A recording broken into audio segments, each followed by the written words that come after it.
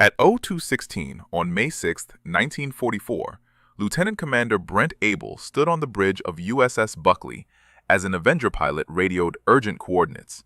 German submarine surfaced 20 miles ahead, west of Cape Verde Islands. Abel was 34 years old, with 11 months commanding this destroyer escort. But Buckley had never faced a U-boat this close. The submarine ahead was U-66, the seventh most successful U-boat in the entire war. 33 Allied ships sunk, over 200,000 tons sent to the bottom. Abel ordered flank speed, 23.5 knots. Buckley cut through calm Atlantic waters under bright moonlight, perfect conditions for a surface engagement. The Avenger stayed overhead, feeding course corrections every few minutes. U-66 was recharging batteries, waiting for a supply submarine. She'd been at sea since mid-January, nearly 4 months without resupply. Her crew was exhausted, low on fuel, desperate. At 0308, 3 red flares shot up from the submarine. Recognition signal. The Germans thought Buckley was their supply boat. Abel held fire, kept closing. 4,000 yards became 3,000, 2,000. The gamble worked until U-66's lookouts realized their mistake. A torpedo launched. Buckley turned hard left. The fish passed down the starboard side, missing by yards. At 0320, Abel opened fire. First salvo from the 3-inch guns hit U-66 forward of the conning tower. Direct hit. The submarine's deck gun was knocked out immediately. All of Buckley's weapons engaged, 3-inch, 40mm, 20mm. The U-boat returned fire with machine guns, but most rounds went high. Buckley's gunners hammered the conning tower, hit after hit. At 0324, U-66 fired another torpedo from her stern tubes. Abel saw it coming, turned hard right. The torpedo crossed ahead of Buckley's bow. Close. The range closed to 20 yards. Parallel course. Point-blank fire raked U-66 from stem to stern. The submarine's conning tower was on fire. Germans were visible through the flames, trying to fight back. But Buckley's guns were overwhelming. 105 rounds of 3-inch shells, 2,700 rounds of 20mm, 418 rounds of 40mm, all in 16 minutes. What happens when a destroyer escort runs out of distance to shoot? Please hit the like button. It helps others discover these stories. And subscribe. Back to Abel's decision at 0329. At 0329, Abel made a choice no destroyer escort commander had made in modern naval warfare. Hard right rudder. Ram the submarine. Buckley's bow rode up onto U-66's forecastle and stayed there.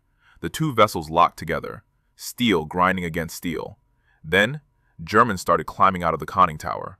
Some carried pistols, some had knives. They swarmed onto Buckley's forecastle. The Americans thought they were being boarded. What happened next hadn't occurred in the United States Navy for over a century. Hand-to-hand combat on the deck of a warship. Buckley's crew grabbed whatever they could find. Thompson submachine guns, M1911 pistols, rifles. But when those ran empty, sailors fought with fists, with 3-inch shell casings, with coffee mugs from the galley. One German made it inside the ship, reached the wardroom. A steward's mate beat him back with a coffee pot. The fight lasted 2 minutes. Germans fell. Americans fell. Klaus Herbig, U-66's first officer, led the boarding party from behind the anchor windlass. He was trying to create a diversion, give his captain time to break free. But there were too many Americans, too much firepower. Herbig and his men shouted for surrender. Abel ordered engines reversed. Buckley backed away from U-66, leaving 5 armed Germans on deck. They were subdued immediately. But U-66 wasn't finished. The submarine came around under power, aimed directly at Buckley's starboard side. At 0335, she struck. The collision tore open Buckley's engine room, sheared off the starboard propeller shaft, twisted the stern. As U-66 passed, an American sailor looked down into her open conning tower and tossed a hand grenade inside. Fire blasted out. The submarine kept moving at 15 knots, out of control. Conning tower hatch open. Forward hatch open. Germans abandoning ship. At 0341, U-66 disappeared beneath the surface. Diesel power still running, fire still burning inside her. She went down with her captain still aboard. 16 minutes from first shot to sinking. Buckley's crew had just fought the only hand-to-hand battle on a U.S. warship in World War II. 36 German survivors floated in the water, But Abel's ship was crippled, engine room flooded, one propeller gone, and they were 550 miles from the nearest port. The engine room was flooding. Water poured through the gaping hole U-66 had torn in Buckley's starboard side. Chief engineer reported the damage at 03:45. Starboard shaft completely severed, flooding contained but spreading, port engine still functional. Abel had one propeller and 550 miles of Atlantic Ocean between his crippled ship and safety. But 36 Germans were in the water, some wounded, some in shock, all of them enemies 5 minutes ago. Abel ordered rescue operations. Buckley's crew pulled survivors aboard one by one, no hesitation. The same men who just fought hand-to-hand now hauled exhausted U-boat sailors from the Atlantic. Naval tradition: you save lives first, settle scores later. The rescued Germans were in bad shape. Many had burns from the fires inside U-66. Some had gunshot wounds from the close-quarters fight. Others were simply broken. 4 months at sea, watching their submarine die beneath them. They were transferred to USS Block Island, the escort carrier whose aircraft had found U-66 in the first place. 24 German sailors went down with their boat, including Oberleutnant zur See Gerhard Seehausen, U-66's commander. He stayed at his post until the end. U-66 had been a scourge of the Atlantic. Her record spoke for itself. 33 merchant ships sunk across 9 war patrols, over 200,000 gross register tons, 8 American vessels among them. On January 16, 1942, she torpedoed the Canadian passenger liner Lady Hawkins. 246 people died, civilians, Navy personnel, most never found. U-66 was one of 5 U-boats that launched Operation Drumbeat, the devastating attack on American coastal shipping in early 1942. Now she was gone, sunk by a destroyer escort that weighed 1,400 tons to U-66's 1,054. Sunk by a captain who'd been in command less than a year. Sunk in a fight that ended with coffee mugs and fists. The irony wasn't lost on anyone. Germany's 7th most successful U-boat defeated in the most primitive combat imaginable. But Buckley was barely floating. Abel assessed the damage as dawn broke on May 6th. Port engine operational. Steering functional. Hull integrity compromised, but holding. The starboard propeller shaft wasn't just broken, it was gone, sheared clean off. Every rotation of the port engine put stress on a ship designed for balanced twin-screw propulsion. Maximum safe speed, 12 knots. Maybe 15 if they pushed it. New York was the closest major repair facility, over 2,000 nautical miles northeast. Boston Navy Yard could handle the damage, but that meant crossing the North Atlantic on one engine with a hole in the hull. The alternative was limping to a forward base in the Azores, but they lacked the equipment for major repairs. Abel made the call. Set course for New York. Hope the weather held. Hope no other U-boats were hunting these waters. Task Group 21.11 reformed around Buckley. USS Block Island provided air cover. 2 other destroyer escorts took screening positions. They were exposed out here. Every German submarine in the Atlantic had heard U-66's last transmissions. Some would be curious. Some would be hunting. A crippled destroyer escort made an attractive target. The damage control teams worked through the morning, shoring up bulkheads, pumping water, welding temporary patches over the worst holes. The engine room crew monitored the port engine constantly. Any failure now meant dead in the water, helpless. The Atlantic in May 1944 was still a war zone. The Allies were winning, but U-boats still prowled, still hunted, still killed. By noon, Buckley was making 13 knots. Steady course. The hull patches were holding. But every sailor aboard knew the truth. They were lucky. U-66 could have put a torpedo into Buckley instead of ramming, could have disabled both engines, could have left them sinking instead of just crippled. The hand-to-hand fight made headlines later. The ram made history books. But the real story was simpler. Buckley survived because Abel had made the right decisions at the right moments, and because his crew had fought with everything they had, including the coffee mugs. Abel stood on the bridge, watching the horizon. They had 6 days of slow sailing ahead, 6 days vulnerable, 6 days hoping the Atlantic stayed calm and the U-boats stayed away. His ship had just won the most unusual naval engagement of the war, but winning didn't mean safe. Not yet. Not with 1,500 miles still to go. The first 24 hours were critical. Buckley maintained 13 knots on one engine, steering a careful course northeast. The welded patches on the hull held, but the engineering crew monitored every seam. One failure could flood compartments faster than pumps could handle. The Atlantic was calm. No swells over 6 feet. That was luck. A storm would have torn the temporary repairs apart. On May 7th, Block Island's air patrols reported no submarine contacts within 200 miles. That didn't mean safety. U-boats could stay submerged for extended periods, surface only at night. By May 8th, Buckley had covered 300 miles, still over 1,200 to go. The crew settled into a rhythm. Damage control teams ran constant checks. Lookouts scanned for periscopes. Gun crews stayed ready. But word was spreading. Radio intercepts confirmed it. German Naval Command knew U-66 was gone. They knew how she died. Rammed by a destroyer escort. Hand-to-hand combat on deck. The story seemed impossible. U-boats didn't get boarded. They sank from depth charges or torpedoes. They went down fighting at range, not in close-quarters brawls. But Buckley's action report was detailed, specific, undeniable. The coffee mugs bothered the Germans most. Official reports mentioned them 3 times. Ammunition expended included several General Mess coffee cups. That line appeared in the U.S. Fleet Anti-Submarine Bulletin in June 1944. American sailors had thrown their breakfast dishes at one of Germany's most successful submarine crews, and it had worked. Some wounds on the German survivors were confirmed caused by ceramic impacts, coffee mugs, in naval combat, in 1944. The hand-to-hand fighting lasted approximately 2 minutes, according to Buckley's action report. But those 2 minutes rewrote assumptions about modern naval warfare. Small arms fire accounted for 300 rounds of .45 caliber from M1911 pistols, 60 rounds of .30 caliber from rifles, 30 rounds of double-aught buckshot from shotguns. Thompson submachine guns added more.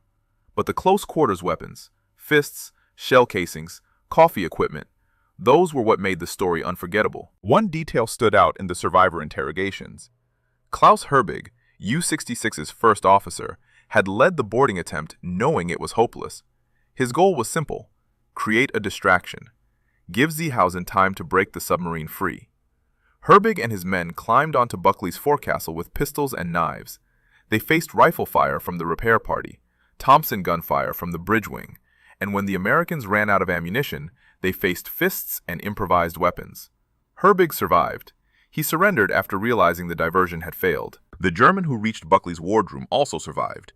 He'd made it past the initial fighting on deck, found an open hatch, climbed down.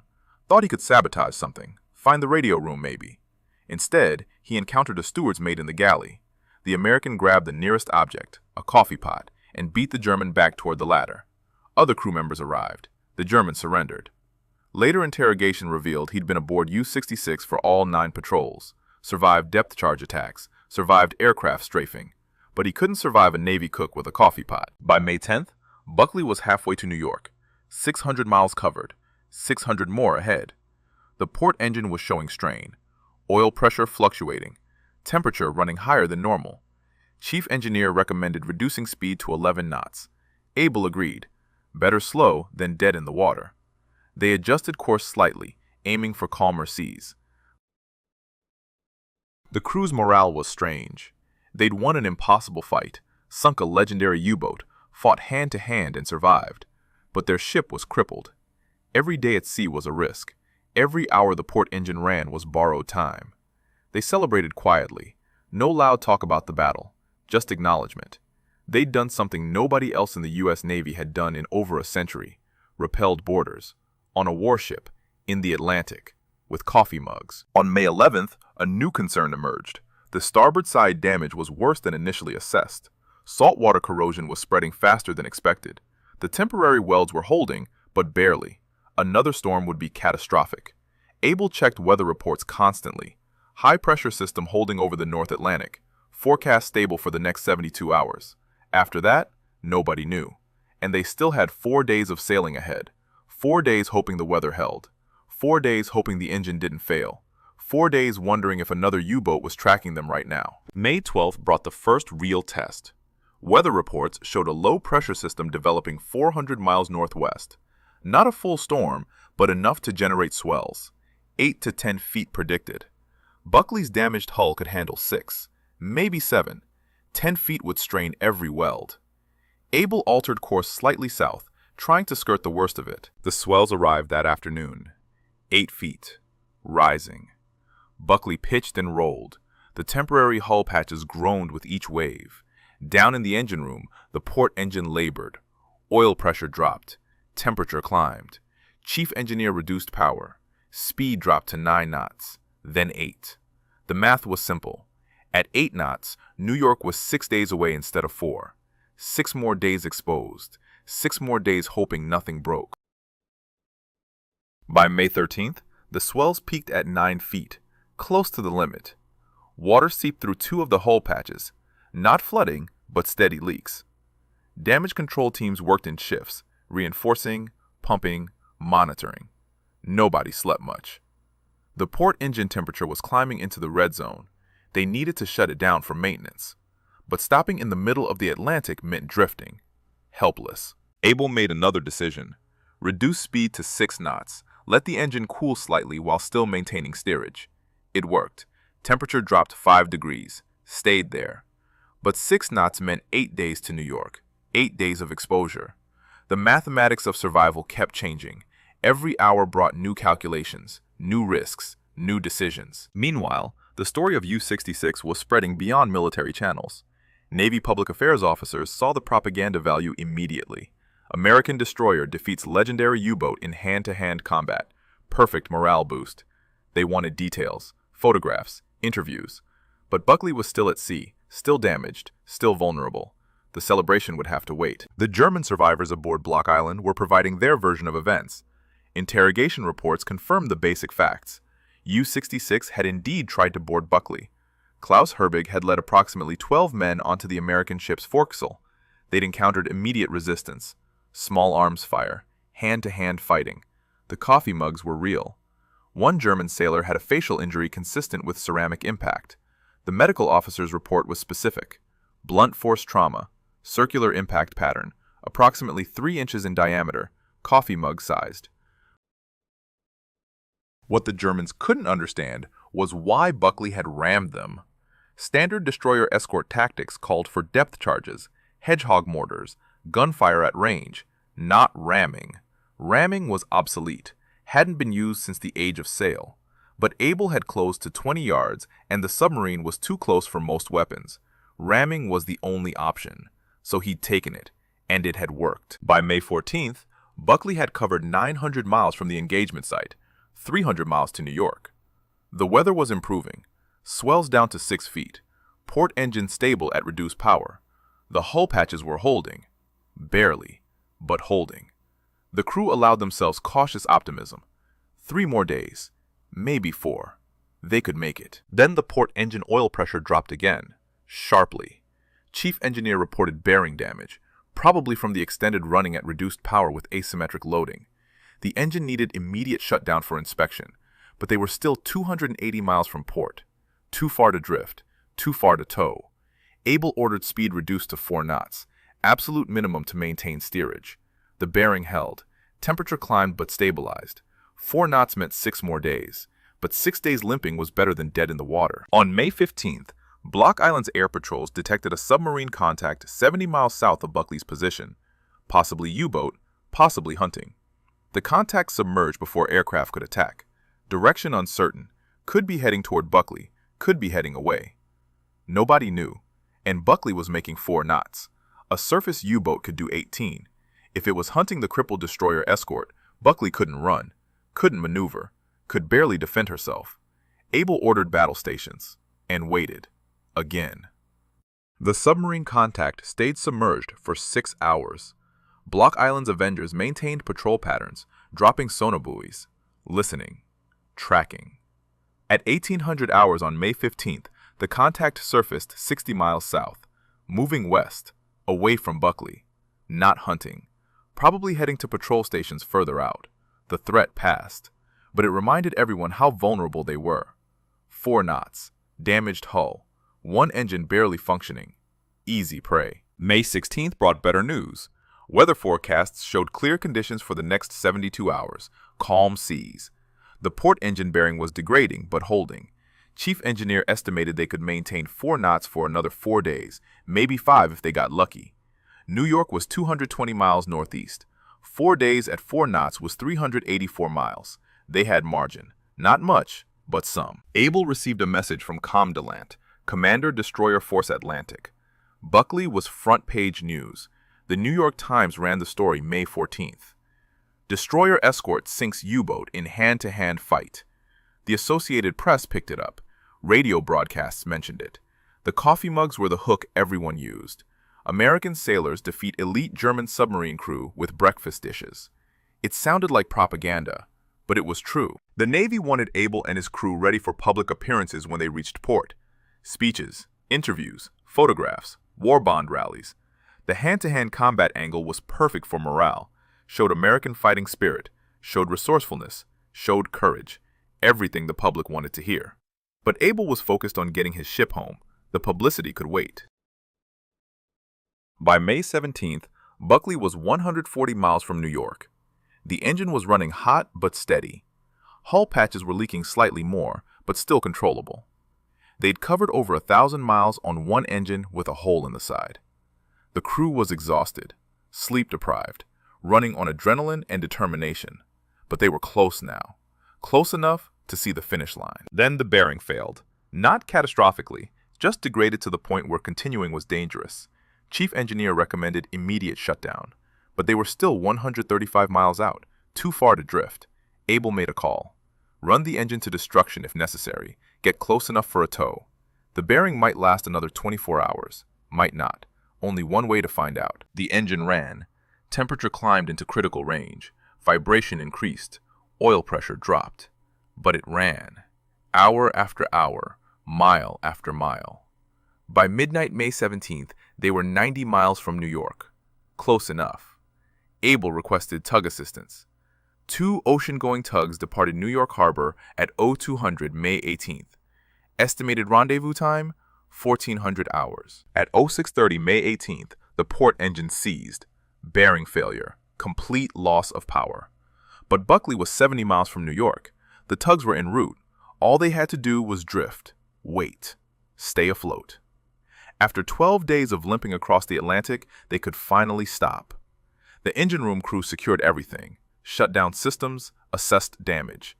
The engine was destroyed, would need complete rebuilding. But they didn't need it anymore. The tugs arrived at 14:15. Line secured, tow established, speed 3 knots. Buckley was under tow, heading home. The crew lined the rails, watching New York's skyline emerge from the haze. They'd fought the only hand-to-hand naval battle of the war, sunk one of Germany's deadliest submarines, sailed over 1,000 miles on one engine, and survived. At 2200 hours May 18th, Buckley entered New York Harbor. Tugs guided her toward the Brooklyn Navy Yard. Crowds lined the shore. News cameras were set up. Reporters waited. The coffee mug story had made them famous. But the crew wasn't thinking about fame. They were thinking about solid ground, hot showers, real sleep, and the fact that they'd actually made it home. The tugs positioned Buckley alongside Pier 12 at Brooklyn Navy Yard. Lines secured, engines shut down, or what was left of them. Gangway extended. But before anyone could disembark, Abel gathered his crew, told them what they already knew. They'd done something extraordinary. Not just sinking U-66, but bringing Buckley home against impossible odds. The hand-to-hand fight would make headlines, but the 12-day journey home was the real achievement. That's what he wanted them to remember. May 19th, Buckley was moved to Boston Navy Yard for detailed damage assessment. The initial inspection at Brooklyn revealed the repairs would take weeks, possibly months. Boston had better facilities for destroyer escort work, better dry dock capacity. The ship was towed north, arriving May 20th. In dry dock, the full extent of damage became clear. The bow was bent 12 degrees to port from ramming U-66. Internal compartments forward were crushed. The starboard propeller shaft wasn't just sheared, the stern tube was cracked. The engine room flooding had damaged electrical systems throughout the aft third of the ship. Hull plating showed stress fractures in 6 locations, and the port engine was completely destroyed. Bearings gone, crankshaft damaged, Total rebuild required. Navy engineers estimated 6 weeks minimum for repairs, probably 8. The bow needed complete reconstruction. The stern needed new shaft and tube assembly. The engine required parts that weren't in stock, had to be manufactured. Meanwhile, Buckley sat in dry dock, a battered reminder of what close-quarters combat did to modern warships. But the crew was already famous. The coffee mug story had captured public imagination. Newspapers ran it for days. Radio shows mentioned it. Newsreels wanted footage. The Navy obliged. Cameramen filmed the damaged bow, the bent hull, the crushed compartments, visual proof of the ramming.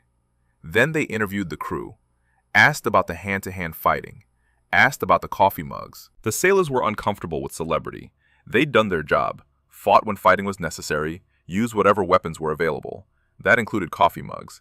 It wasn't heroic. It was practical. When Germans are climbing onto your deck with weapons, you use whatever's closest. Sometimes that's a rifle. Sometimes it's a coffee cup. The crew didn't see the distinction. The public did. On August 31, 1944, formal award ceremony at Boston Navy Yard. Captain George Menachau presided. Lieutenant Commander Brent Abel stepped forward first. Navy Cross.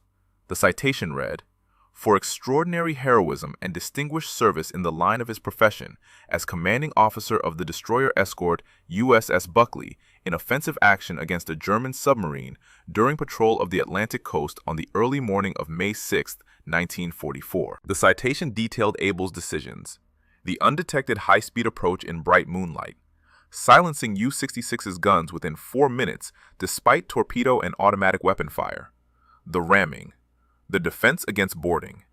Every choice Abel made that night was recognized. But the citation didn't mention coffee mugs.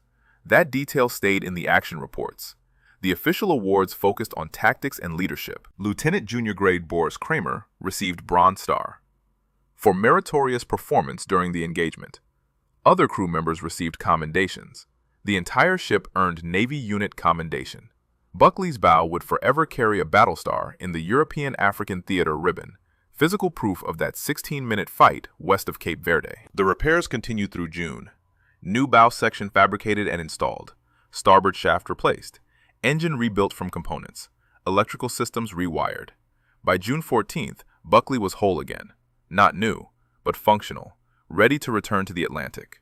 The coffee mugs that survived the fight were saved, became unofficial relics. Some crew members kept them, reminders of the strangest weapons ever used in U.S. naval combat.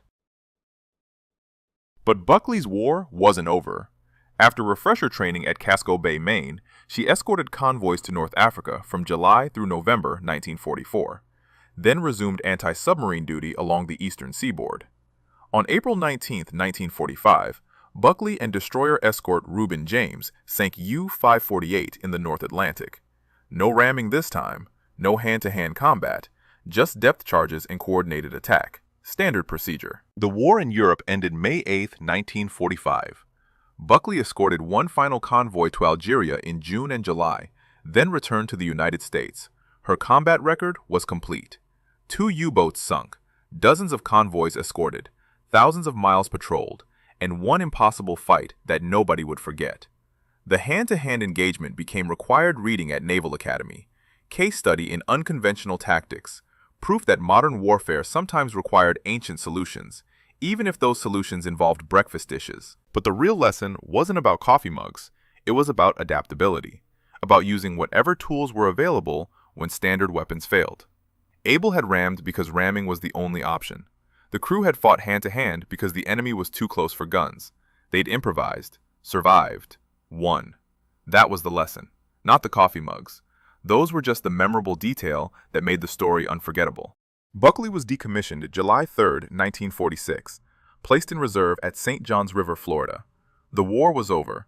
The Atlantic was safe. Destroyer escorts were no longer needed in the numbers built during wartime. Buckley joined hundreds of other ships in mothballs, preserved, maintained, ready for reactivation if another war came. On April 26, 1949, Buckley was reclassified, DER 51. Radar Picket Destroyer Escort. New role, new mission. But she never returned to active service in that capacity. The reclassification was administrative. On September 29, 1954, she was reclassified again. Back to DE-51, original designation, but still in reserve, still waiting. 23 years Buckley sat in reserve, paint fading, systems aging. The bent bow from ramming U-66 remained visible even decades later, a permanent scar, a physical reminder of that May night in 1944. Sailors who served on other ships would visit, point out the damage, tell the story. The coffee mugs always got mentioned. In 1969, Buckley was struck from the Naval Register, sold for scrap. The Navy determined she was too old for further service, too outdated. Modern anti-submarine warfare had evolved beyond World War II destroyer escorts. Buckley's era had passed. She was towed to a breaker's yard, cut apart, recycled. The bow that had rammed U-66 was separated from the rest of the hull. Some sailors tried to preserve it as a memorial. The effort failed. Budget constraints, lack of interest. By 1970, Buckley was gone completely. But the story survived. The hand-to-hand combat, the coffee mugs. Naval historians kept it alive. The U.S. Naval Academy used it as a teaching example. Case study in tactical flexibility. In 1973, a former U-66 crewman contacted Brent Abel. His name was Herman Hartman. He'd been one of the 36 survivors Buckley had pulled from the Atlantic. Hartman wanted to thank Abel for the fair treatment aboard Buckley, for saving their lives. Abel was surprised. Nearly 30 years had passed since the engagement. He'd moved on, practiced law in California after the war. But Hartman's letter was sincere, respectful. It mentioned something Abel hadn't considered. The German survivors had always wanted to meet their adversaries, shake hands, acknowledge the shared experience. War had made them enemies. Peace allowed them to be something else. Abel helped organize a reunion. Germany, 1978. Former Buckley crew members met former U-66 crew members. They were all older now, gray hair, slower movements, but the memories were sharp. The Germans remembered the coffee mugs. The Americans remembered the desperation in Klaus Herbig's eyes as he surrendered. Both sides remembered the violence, the fear, the confusion of close-quarters combat. The reunion was emotional. These men had tried to kill each other, had succeeded in some cases. 24 Germans died when U-66 sank, but the survivors bore no grudges. They understood. War was war. Duty was duty. They'd both done their jobs. And afterward, Abel's crew had saved German lives instead of leaving them to drown. That mattered, maybe more than the fighting. One German sailor brought photographs. U-66 before the war, the crew young and confident. Another photo showed the submarine docking at Lorient. Happy faces. They didn't know yet what the Atlantic would cost them.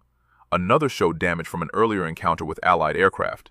U-66 had been attacked multiple times before meeting Buckley, had survived depth charges, strafing runs, near misses, but she couldn't survive 16 minutes with a determined destroyer escort. Abel brought Buckley's action report, the official account, detailed, specific. The Germans read it carefully, nodded at certain parts, disputed minor details, but agreed on the essentials. The fight had happened exactly as described, including the coffee mugs, including the hand-to-hand combat, including the final moments when U-66 went down with her captain still aboard. The reunion ended with mutual respect. These men had shared something few others could understand. Combat at ranges measured in feet instead of miles. Personal violence in an impersonal war. They'd survived. Both sides. And that created a bond stronger than former enmity. Abel said later he was proud of sinking U-66, proud of his crew, but he wished he could have saved more German lives, including Seehausen, including the 24 who went down with the submarine. Brent Abel died in 2007. He was 91 years old, had lived a full life after the Navy, law practice, family, but his obituary led with USS Buckley and U-66, the coffee mug battle. That's what people remembered. That's what defined his naval service. Not the thousands of miles patrolled, not the convoys escorted, not even sinking U-548 the following year. Just those 16 minutes on May 6, 1944. The survivors from both sides kept in touch after the 78 reunion. Letters, occasional phone calls. They formed an unlikely fraternity. Men who'd fought each other in the most primitive way possible during a technologically advanced war. The irony never escaped them. Radar had detected U-66. Sonar tracked her. Radio coordinated the attack. But the fight ended with fists and coffee mugs. Klaus Herbig, U-66's first officer who led the boarding attempt attended multiple reunions over the years. He never apologized for trying to board Buckley. It had been his duty. Create a diversion, give his captain a chance.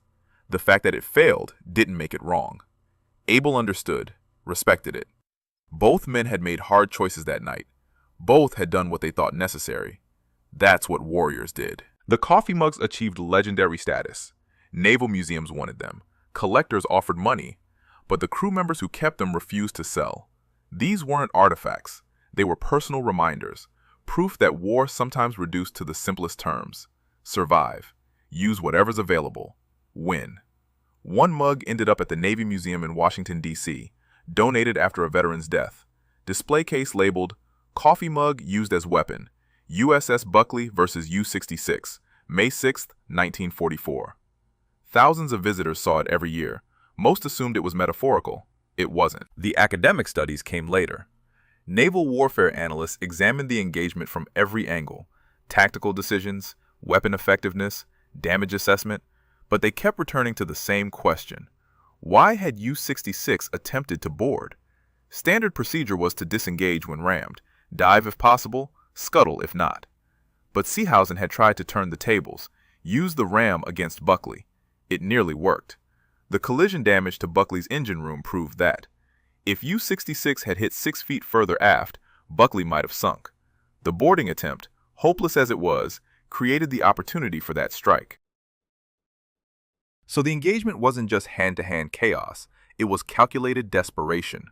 Both commanders understood they were in a fight to the death. Both used unconventional tactics. Abel rammed. Seehausen attempted boarding and counter-ramming. The coffee mugs were just the visible symbol of a deeper truth. When survival is at stake, conventional rules disappear. You use what works, even if it's breakfast dishes. The engagement influenced destroyer escort tactics for the remainder of the war. Not the ramming specifically, but the close quarters mindset. Training emphasized readiness for unconventional situations. Small arms drills increased. Damage control teams practiced repelling boarders. Nobody expected another hand-to-hand fight, but Buckley proved it could happen. Better prepared than surprised. U-66's wreck was never found. She went down in 17 degrees 17 minutes north, 32 degrees 24 minutes west. Depth approximately 3,000 meters. Too deep for salvage or exploration in 1944. Maybe accessible with modern equipment, but nobody's looked. The wreck isn't the story, the fight is. Those 16 minutes when modern naval warfare became ancient, when technology failed and humans prevailed through courage and improvisation. If this story moved you the way it moved us, do me a favor, hit that like button. Every single like tells YouTube to show this story to more people. Hit subscribe and turn on notifications. We're rescuing forgotten stories from dusty archives every single day. Stories about destroyer crews who fought with coffee mugs and courage. Real people, real heroism. Drop a comment right now and tell us where you're watching from. Are you watching from the United States, United Kingdom, Canada, Australia? Our community stretches across the entire world. You're not just a viewer, you're part of keeping these memories alive. Tell us your location. Tell us if someone in your family served. Just let us know you're here. Thank you for watching, and thank you for making sure Lieutenant Commander Brent Abel and his crew don't disappear into silence. These men deserve to be remembered, and you're helping make that happen.